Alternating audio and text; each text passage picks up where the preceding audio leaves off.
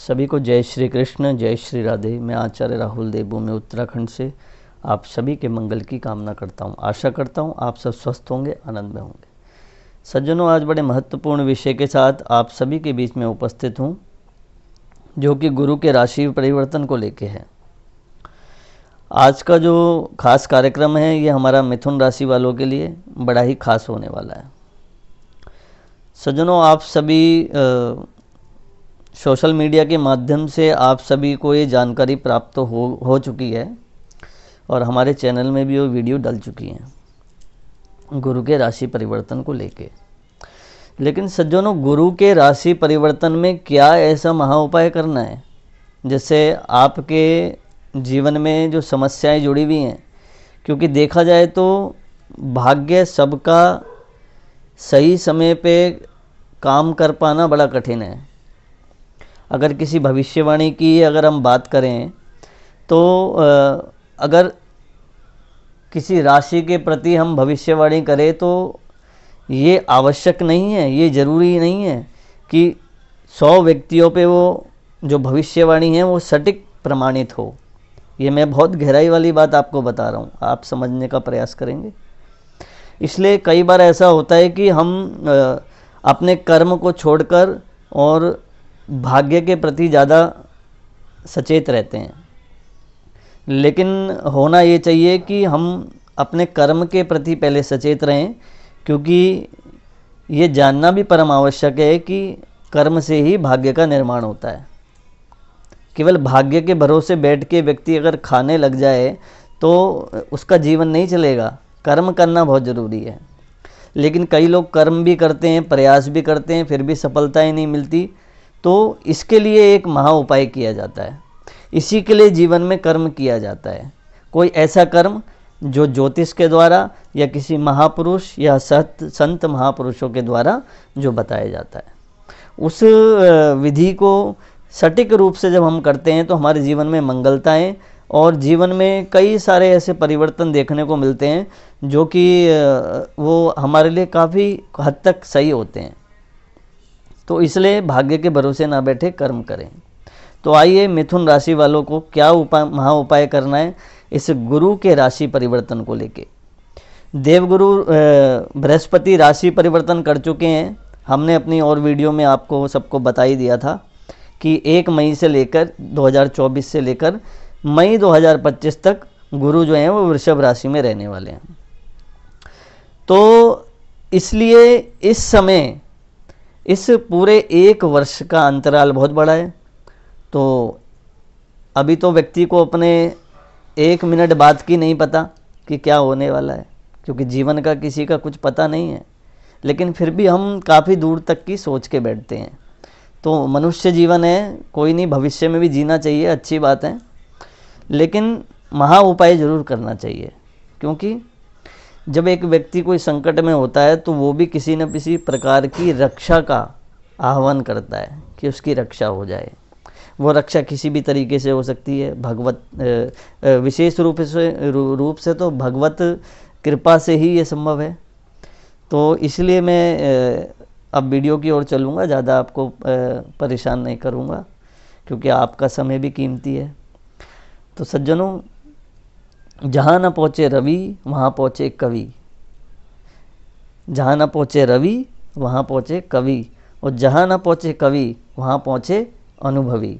तो ये अनुभव रूपी, ज्योतिष रूपी महा उपाय जो है ये बड़ा ही एक शुभ और सार्थक उपाय है। बड़ा कठिन भी नहीं है, लेकिन आप अपने दिनचर्या में 24 घंटे में से कुछ समय निकाल कर अगर आप करें तो संभवतः आपको उन्नति प्राप्त होगी निश्चित रूप से। तो आइए वीडियो की ओर चलें। सज्जनों, इस महा उपाय में विशेष रूप से आपको मिथुन राशि वालों को ये जानना है कि मिथुन राशि वालों के जो स्वामी हैं वो बुध हैं। बुध अर्थात धन, बुध अर्थात ज्ञान, बुध अर्थात वाणी, बुध अर्थात बिजनेस, बुध अर्थात व्यापार, बुध अर्थात रोजगार, संपूर्ण राज सम्मान दिलाने वाला बुध है। और इस समय वर्तमान में गुरु का गोचर प्रभाव मिथुन राशि वालों के लिए एक महत्वपूर्ण उपाय लेके आया है, जो कि अगर वो करें तो उनके संकट जरूर समाप्त होंगे। बड़े ध्यान से सुनिए और हो सके तो लिख भी लें। सबसे पहले तो आपको बुध को प्रबल करना है। बुध के प्रबल होते ही, एक्टिव होते ही आपको स्वतः ही धन की प्राप्ति, नए मार्ग आपको मिलने लग जाएंगे। जो कि आपको बुधवार के दिन गणपति को दुर्वा चढ़ानी है और मोदक का भोग लगाना है, लड्डू का भोग लगाना है बुधवार के दिन, ध्यान रखिए। अब करें गुरु की बात। गुरु को भी मनाना है, गुरु को भी प्रेम करना है, गुरु की भी बात माननी है। कैसे?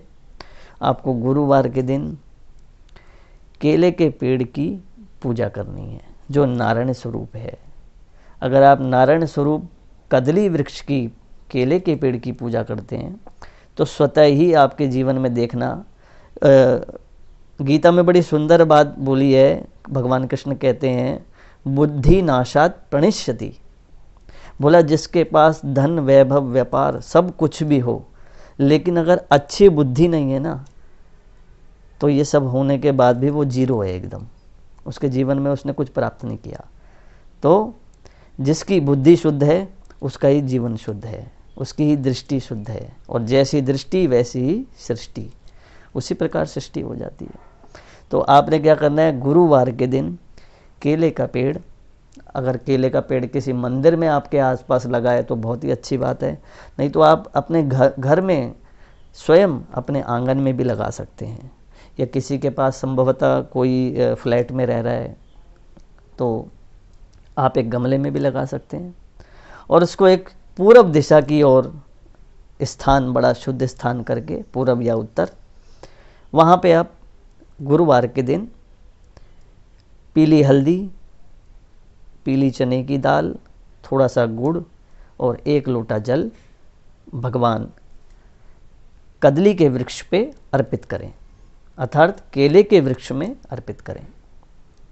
उससे भगवान गुरु की पूजा भी हो जाएगी और साथ साथ भगवान नारायण की पूजा भी हो जाएगी। दोनों के फल आपको प्राप्त होंगे, जिससे स्वतः ही आपके जीवन में एक सतमार्ग, चाहे व्यापार को लेकर हो, चाहे व्यवसाय को लेकर हो, चाहे अच्छा, इस उपाय को पुरुष और स्त्री दोनों के लिए उपाय हैं, दोनों ही कर सकते हैं।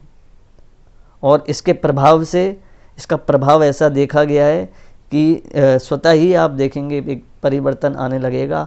और वास्तविकता ये है कि सबसे बड़ा जो है वो आत्मबल है। जिसका आत्मबल खत्म हो गया उसका जीवन खत्म हो गया।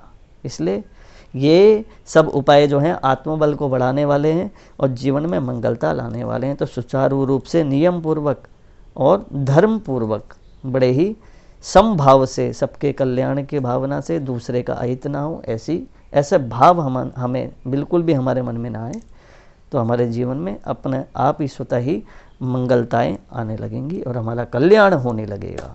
तो आशा करता हूँ मेरी बात आप सभी को समझ में आई होगी। तब तक के लिए बने रहिए दोस्तों। जय श्री कृष्ण, जय श्री राधे। नए हैं तो चैनल को सब्सक्राइब जरूर कर लें, वीडियो को लाइक शेयर कमेंट अवश्य करें, कोई ना कोई अपनी प्रतिक्रिया अवश्य दें, करें। कमेंट में जय श्री राम लिख के ज़रूर भेजें। नमस्कार दोस्तों।